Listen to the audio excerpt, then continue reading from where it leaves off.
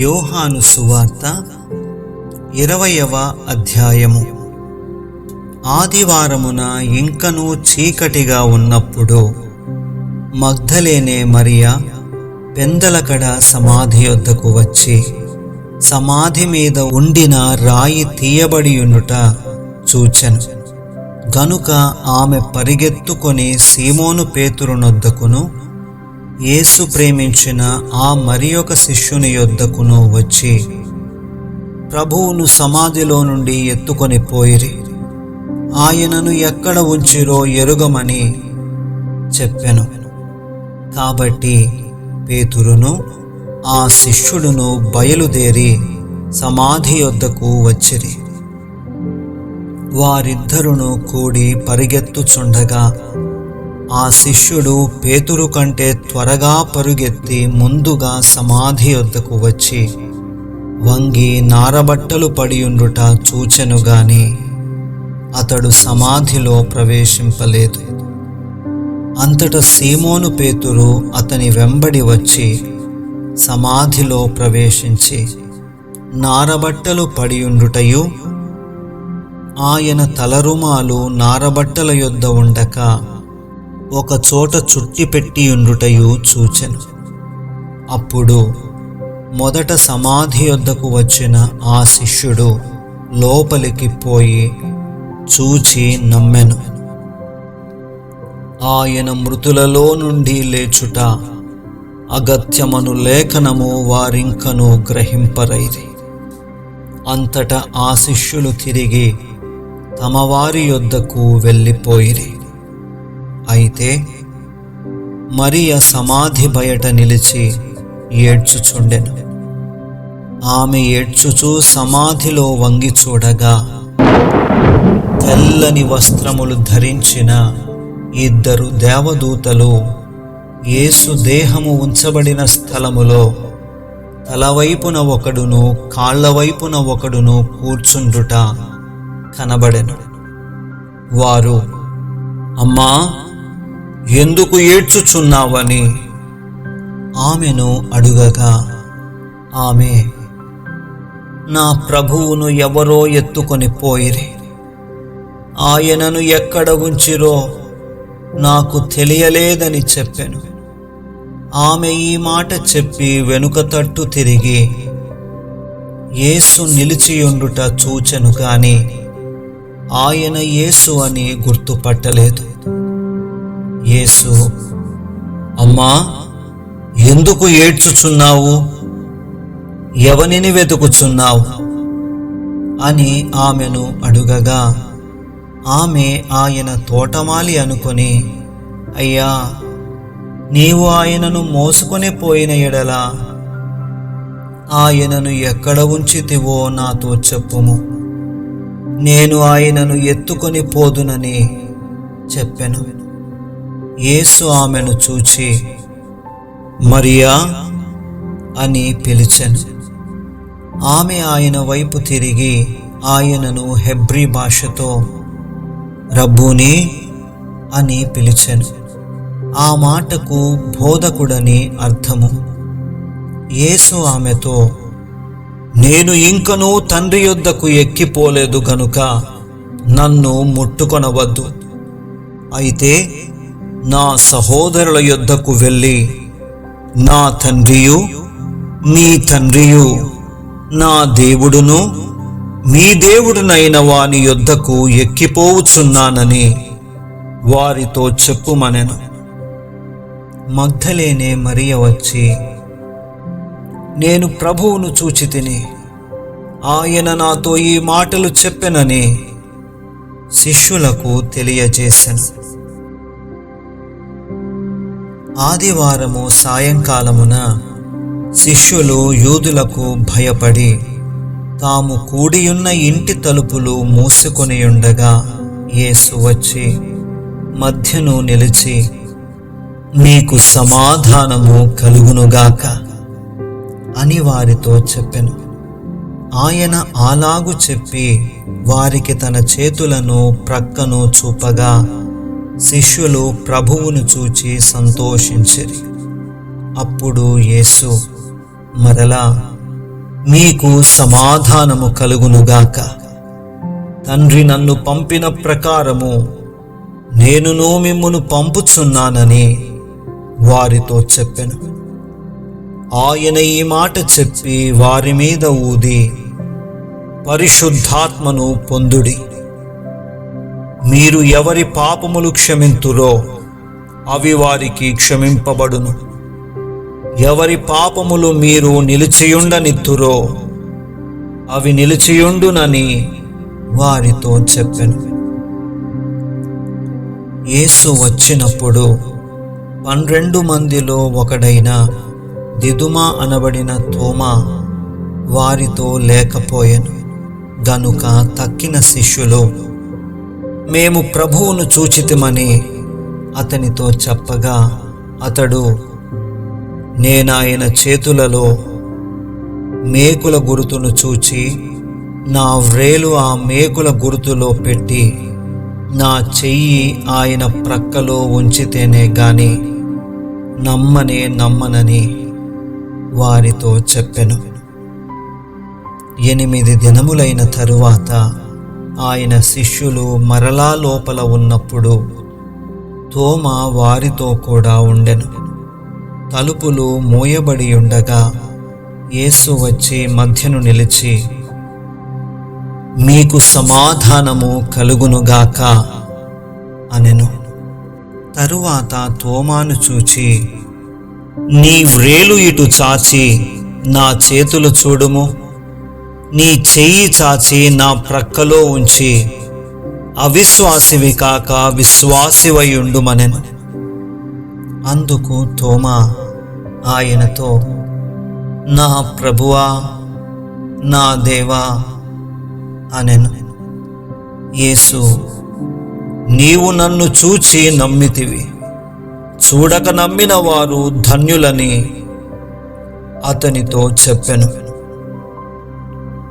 మరియు అనేకమైన ఇతర సూచక క్రియలను యేసు తన శిష్యుల ఎదుట చేసెను.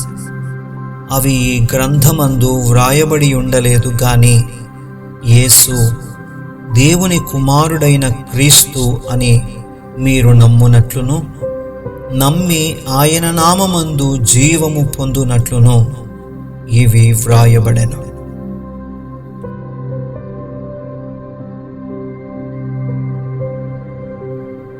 ఇరవై 21వ అధ్యాయము. అటు తరువాత యేసు తిబెరియా సముద్ర తీరమున శిష్యులకు మరలా తన్ను ప్రత్యక్షపరచుకొనెను. ఆయన తన్ను ప్రత్యక్షపరచుకొనిన విధమేదనగా, సీమోను పేతురును, దిదుమ అనబడిన తోమాయు, గలిలయలోని కానా అను ఊరివాడగు నతనయేలును, జబదయి కుమారులను ఆయన శిష్యులలో మరి 2 కూడియుండిరి. సీమోను పేతురు, నేను చేపలు పట్టబోదునని వారితో అనగా, వారు, మేమును నీతో కూడా వచ్చెదమనిరి. వారు వెళ్ళి దోణి ఎక్కిరి, కాని ఆ రాత్రి ఏమీ పట్టలేదు. సూర్యోదయమగుచుండగా యేసు ధరిని నిలిచెను. అయితే ఆయన యేసు అని శిష్యులు గుర్తుపట్టలేదు. యేసు, పిల్లలారా, భోజనమునకు మీ యొద్ద ఏమైనా ఉన్నదా అని వారిని అడుగగా, లేదని వారాయనతో చెప్పిరి. అప్పుడాయన, దోణి కుడి ప్రక్కను వలవేయుడి, మీకు దొరుకునని చెప్పెను గనుక వారలాగు వేయగా చేపలు విస్తారముగా పడినందున వల లాగలేకపోయిరి. కాబట్టి యేసు ప్రేమించిన శిష్యుడు, ఆయన ప్రభువు సుమి అని పేతురుతో చెప్పెను. ఆయన ప్రభువని సీమోను పేతురు విని వస్త్రహీనుడయ్యున్నందున పైబట్ట వేసి సముద్రములో దుమికెను. దరి ఇంచుమించు 200 మూరల దూరమున్నందున తక్కిన శిష్యులు చేపలు గల వల లాగుచు ఆ చిన్న దోణిలో వచ్చిరి. వారు దిగి దరికి రాగానే అక్కడ నిప్పులును వాటి మీద ఉంచబడిన చేపలును రొట్టెయు కనబడెను. యేసు, మీరిప్పుడు పట్టిన చేపలలో కొన్ని తీసుకొని రండని వారితో చెప్పగా, సీమోను పేతురు దోణి ఎక్కి వలను దరికి లాగెను. అది 153 గొప్ప చేపలతో నిండియుండెను. చేపలు అంత విస్తారముగా పడినను వల పిగలలేదు. యేసు, రండి, భోజనము చేయుడని వారితో అనెను. ఆయన ప్రభువని వారికి తెలిసినందున, నీవెవడవని శిష్యులలో ఎవడునూ ఆయనను అడుగ తెగింపలేదు. యేసు వచ్చి ఆ రొట్టెను తీసుకొని వారికి పంచిపెట్టెను. అలాగే చేపలను కూడా పంచిపెట్టెను. యేసు మృతులలో నుండి లేచిన తరువాత శిష్యులకు ప్రత్యక్షమైనది ఇది 3వసారి.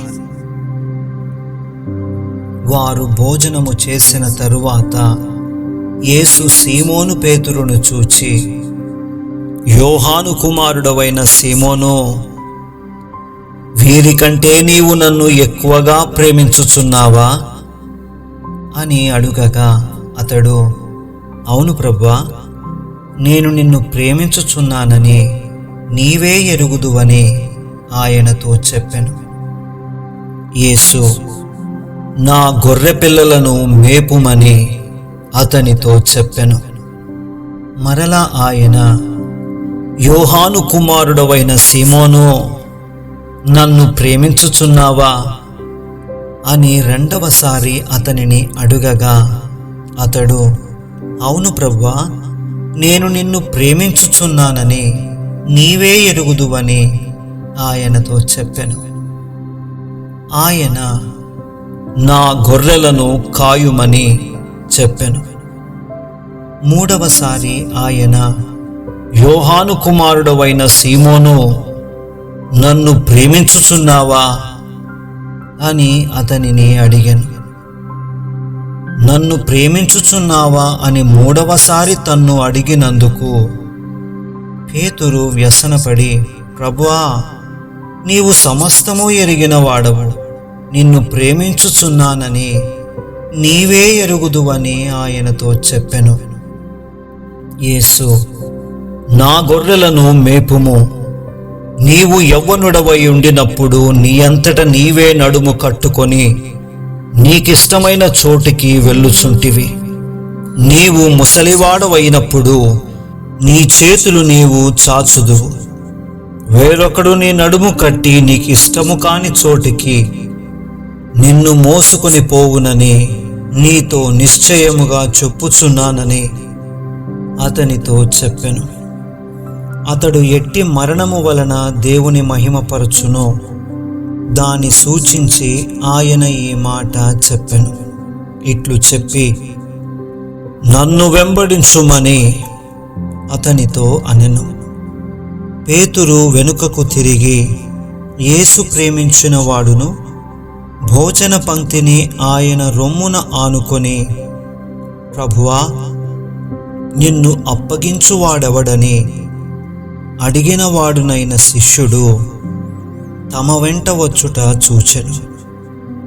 పేతురు అతనిని చూచి, ప్రభువా, ఇతని సంగతి ఏమగునని యేసును అడిగెను. యేసు, నేను వచ్చు వరకు అతడుండుట నాకిష్టమైతే అది నీకేమి,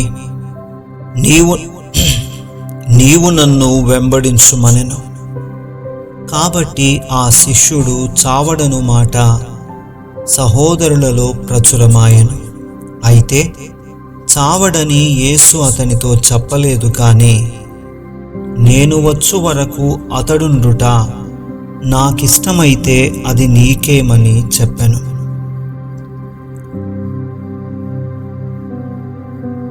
ఈ సంగతులను గూర్చి సాక్ష్యమిచ్చుచు, ఇవి వ్రాసిన శిష్యుడు ఇతడే, ఇతని సాక్ష్యము సత్యమని ఎరుగుదుము.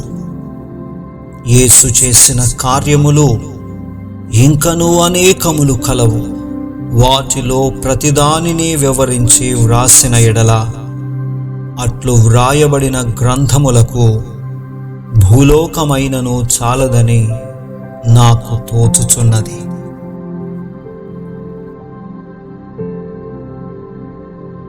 ఆమేన్.